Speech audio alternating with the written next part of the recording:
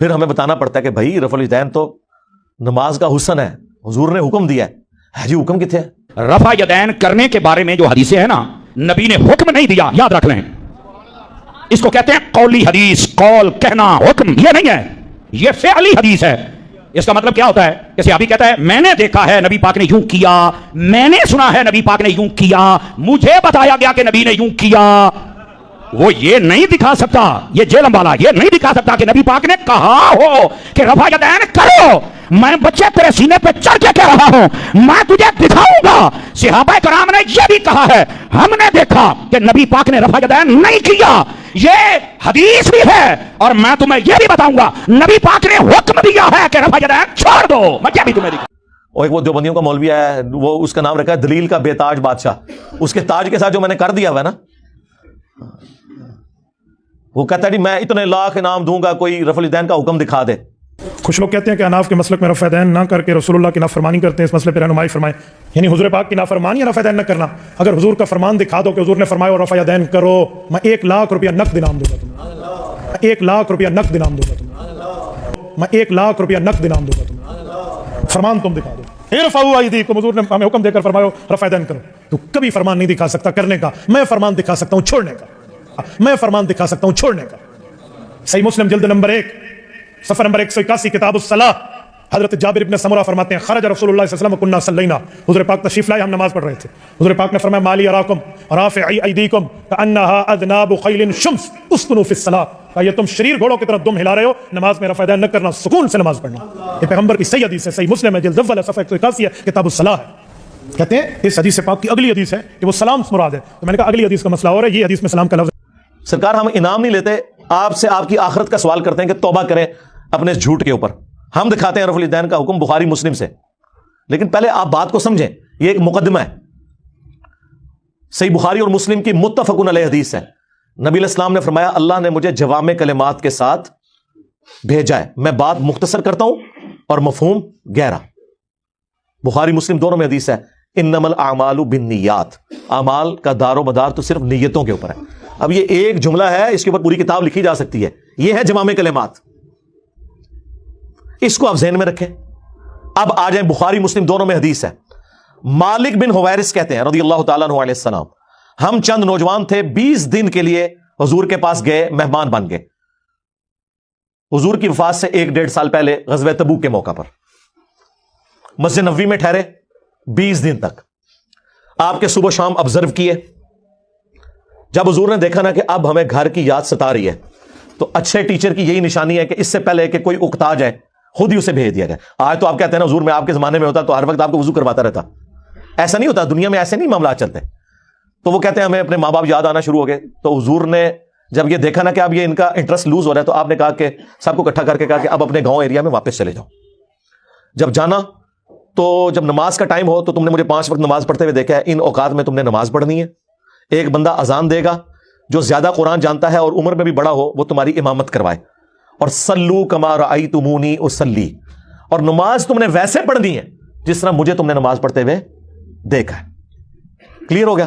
یہ جملہ آپ کسی انٹرنیشنل عدالت میں بھی لے جائیں تو وہ آپ کے علماء کی جہالت کے اوپر ہنسیں گے کہ اس کے بعد رسول اللہ کو یہ کہنے کی ضرورت ہے کہ جب نماز شروع کرنا تو ہاتھ کانوں تک اٹھانا، جب رکوع میں جانا تو ہاتھ کانوں تک اٹھانا، جب رکوع سے سر اٹھانا تو ہاتھ کانوں تک اٹھانا، سبحان ربی العظیم رکوع میں پڑھنا، سبحان ربی الاعلی سجدے میں پڑھنا، فجر کے 2 فرض پڑھنا، زور کے، یہ سارا کچھ آپ کو کہنے کی ضرورت ہے جو لوگ 20 دن سے حضور کو دیکھ رہے ہیں۔ اس کے بعد صرف ایک ہماری ذمہ داری ہے کہ جس شخص کو حضور نے یہ کہا نا تم نے نماز ویسے اسٹیبلش کرنی ہے جس طرح مجھے تم نے دیکھا ہے، ہم اس شخص سے یہ بتا دیں کہ حضور کو نماز پڑھتے ہوئے اس نے کیسے دیکھا ہے، پھر کام ختم ہو گیا نا۔ رفع الیدین کا حکم آ جائے گا نا بیچ میں، جب آپ نے کہا تم نے نماز اس طرح پڑھنی ہے جس طرح مجھے پڑھتے ہوئے دیکھا، جوامع کلمات ہو گئے۔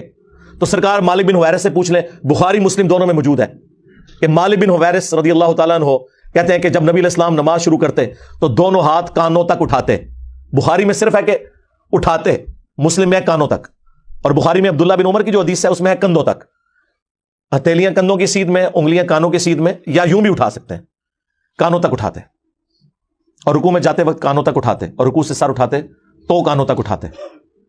مالک بن حویرث خود نماز کا طریقہ سکھا رہے ہیں، بلکہ بخاری میں الفاظ ہیں، وہ کہتے ہیں نماز کا میرا ارادہ نہیں تھا، میں تمہیں نماز سکھانے کے لیے بتا رہا ہوں کہ میں نے نبی اسلام کو اس طرح نماز پڑھتے ہوئے دیکھا ہے رفع الیدین کے ساتھ. اور ایون بخاری میں جلسہ استراحت آیا ہے کہ مالک بن حویرث پہلی اور تیسری رکعت میں اس وقت تک نہیں کھڑے ہوتے تھے دوسری اور چوتھی رکعت کے لیے جب تک بیٹھ نہ جائیں دوسرا سجدہ کر کے بھی. ویسے تو الگ سے بھی بخاری میں حکم ہے. نبی اسلام نے ایک تیزی سے صحابی کو نماز پڑھتے ہوئے دیکھا تو فرمایا دوبارہ پڑھو, تم نے نماز نہیں پڑھی. 3 دفعہ ہوا تو چوتھی دفعہ آپ نے جب اس کو نماز کا طریقہ سکھایا تو اس میں آپ نے فرمایا پوری تفصیل کے ساتھ ہے. جب آپ سجدے پہ پہنچے فرمایا پہلا سجدہ کرو پھر سکون سے بیٹھ جاؤ, پھر دوسرا سجدہ کرو پھر سکون سے بیٹھو اور پھر اگلی رکعت کے لیے کھڑے ہو. اس میں جلسہ استراحت کا ذکر موجود ہے. مالک بن حویرث کہتے ہیں میرا ارادہ نہیں تھا, میں صرف نماز سکھانے کے لیے تمہیں بتا رہا ہوں.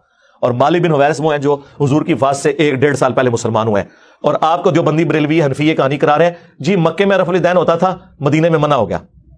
اور رفع الیدین کے جتنے راوی ہیں نا میجورٹی وہ ہیں جو فتح مکہ کے بعد مسلمان ہوئے ہیں. ہجرت مدینہ نہیں, فتح مکہ کے بعد 8 ہجری کے بعد. وائل بن حجر کی حدیث ہے مسلم شریف میں, ابو داؤد میں.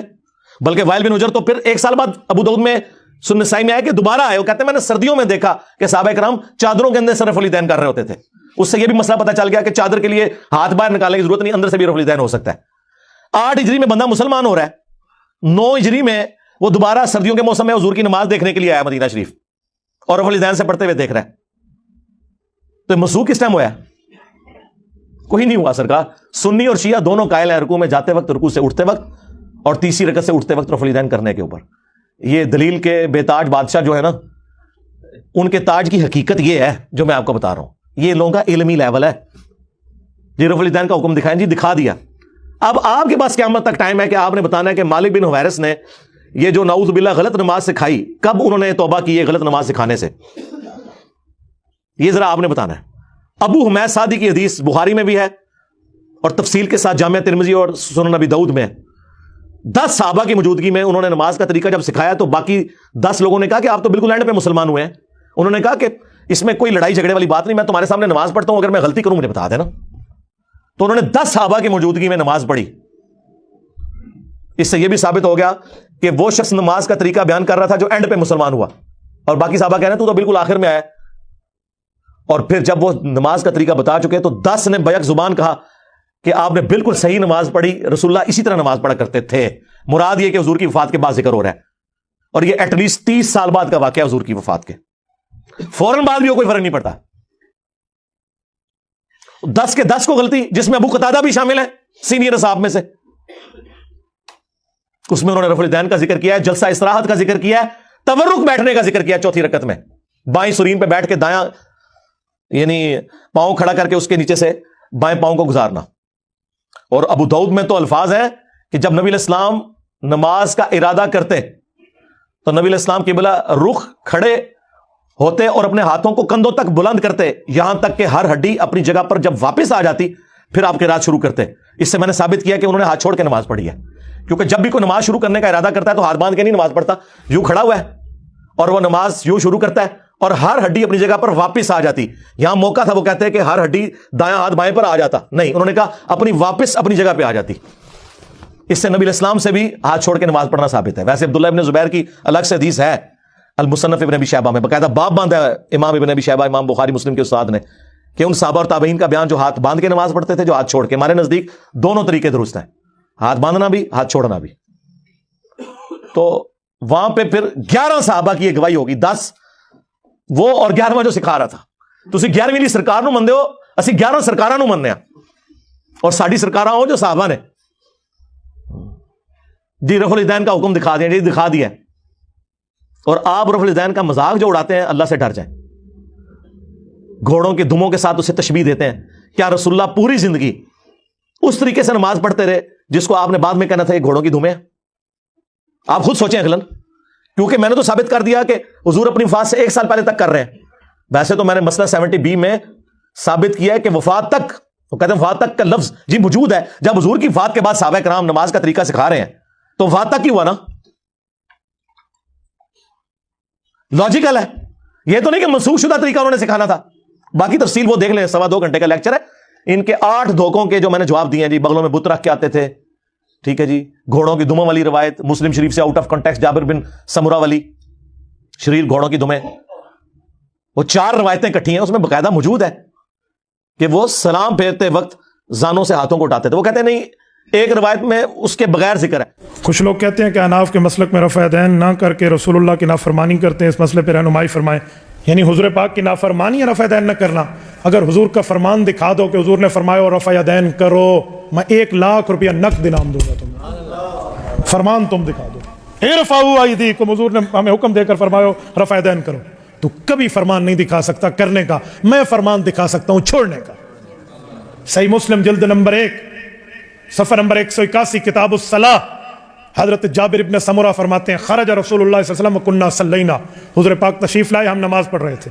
حضور پاک نے فرمایا مالی اراکم رافعی ایدیکم کانہا اذناب خیل شمس اسکنوا فی الصلاح, کہ یہ تم شریر گھوڑوں کی طرف دم ہلا رہے ہو, نماز میں رفع دین نہ کرنا, سکون سے نماز پڑھنا. یہ پیغمبر کی صحیح حدیث ہے, صحیح مسلم ہے جلد اول ہے صفحہ 181 ہے, کتاب الصلاح ہے. کہتے ہیں اس حدیث پاک کی اگلی حدیث ہے کہ وہ سلام مراد ہے. تو میں نے کہا اگلی حدیث کا مسئلہ اور ہے, یہ حدیث میں سلام کا لفظ نہیں ہے. سرکار یہ حدیث ابو داؤد میں بھی ہے, سنن نسائی میں بھی ہے, باقاعدہ اس کے اوپر اماموں نے باب باندھے ہوئے ہیں کہ یہ حدیث کس سے متعلق ہے, آپ کے رد کے اوپر کہ سلام پھیرتے وقت. امام نووی نے بھی مسلم کے باب کے اوپر یہ لکھا ہوا ہے. اس سے بڑھ کر امام بخاری نے جز رفع الیدین میں لکھا ہے کہ جو گھوڑوں کی دموں والی حدیث رفع الیدین پہ لگاتے ہیں انہیں ڈرنا چاہیے کہ اللہ کا عذاب نہ ان پر آ جائے. سورہ نور کی آیت کوٹ کی کہ رسول اللہ کے ساتھ دشمنی کر رہے ہیں, یہ سنت کا مذاق اڑا رہے ہیں. اور جز رفع الیدین پہ جو میں نے ویڈیو ریکارڈ کرائی ہے, جو کچھ امام بخاری نے ان کی طبیعت صاف کی ہوئی ہے, وہ 70B مسئلہ آپ ضرور دیکھیں. رفع الیدین سے متعلق فرقہ وارانہ نظریات کا تحقیقی جائزہ, اس میں ان کے آپ کو جھوٹ پتہ چلیں گے کہ یہ جھوٹ کی بنیاد پہ کھڑے ہیں. اور ہم تو بڑے خوش ہوتے ہیں کوئی گھوڑوں کی دموں والی حدیث بتا دے, بت رکھنے والی جھوٹی بات خود گھڑی بھی بتا دیں, ہم پھر کہتے ہیں آپ کو بتائیں گے.